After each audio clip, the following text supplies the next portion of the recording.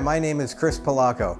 I'm the owner of Picture Perfect Designer Photography, and I've been a professional photographer for over 35 years. And I want to welcome you to 5-Minute Photo Tips with Chris.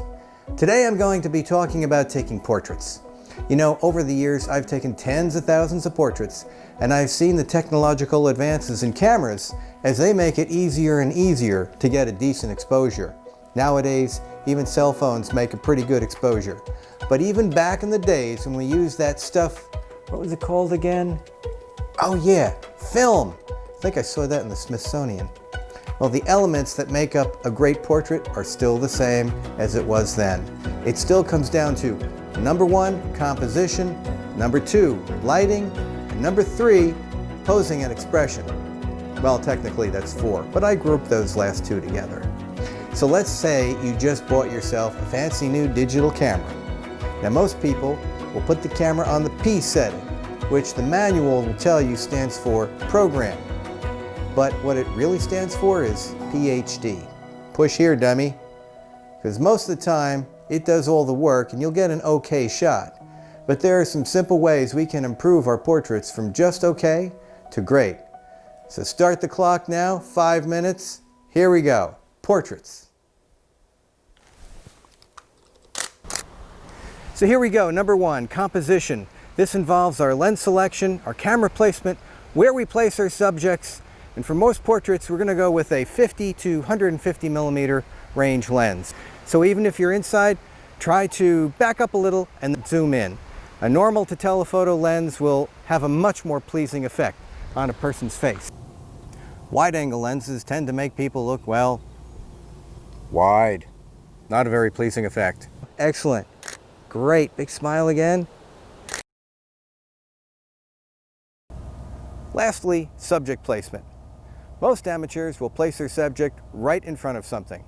Let's say there's a nice gazebo you want to use as a background.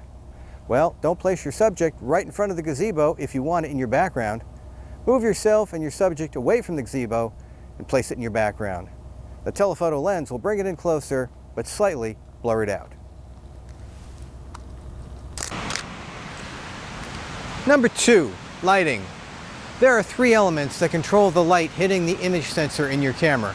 Your f-stop, which is your aperture or lens opening, your shutter speed, which controls how fast your shutter clicks, and your ISO, which controls the light sensitivity of your camera sensor. For portraits, the most important element is your f-stop or aperture. Your f-stop controls your depth of field. That's the amount of stuff that's in focus. A small f-stop like f2.8 or f4 means a small amount of stuff is in focus, like from here to just back here.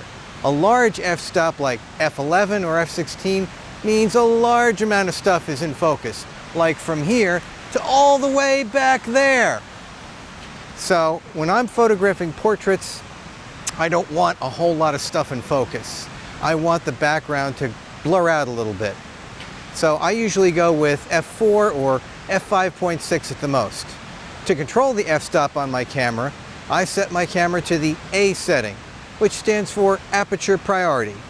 I set my aperture to f4 and take a test photo.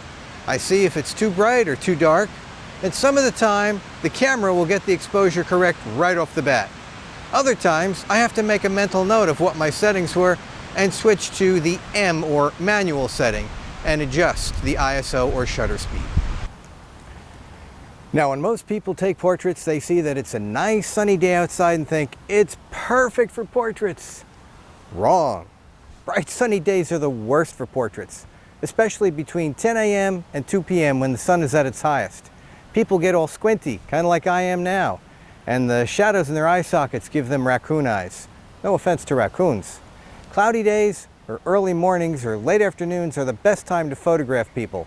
When photographers are in the studio, they use a lot of soft boxes or umbrellas to soften the light.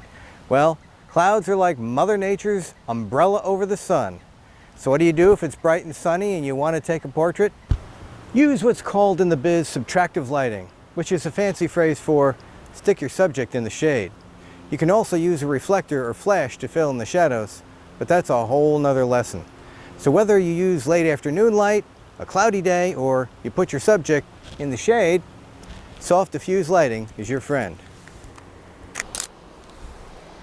And now, number 3, posing and expression. Most people don't like to be photographed. They stiffen up when you point a camera at them, and they suddenly don't know how to stand or where to put their hands or sometimes even how to smile. If you're posing a single subject, it's generally best not to have them face head on to the camera. Turn their body at a 45-degree angle to the camera, then turn their face back towards the camera. Why? People generally want to look thinner, and turning their body will slim them down a little. If they're standing, have them put their weight on their back foot. If it's a couple, I usually have them turn their bodies slightly towards each other, and then put their arms around each other's waist. Then lean in a little towards each other. If it's a group, try to put them on different levels, not just all standing in a row. Maybe have 1 or 2 of them standing, or maybe 3 of them sitting, and maybe 1 or 2 of them on the ground, sitting or kneeling. And as for expression, well, it all depends on your subject. It's our job to do whatever it takes to elicit a great expression.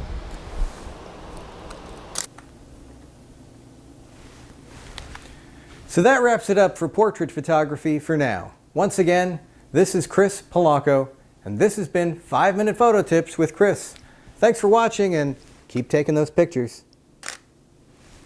Hey, that came out pretty good. What do you know?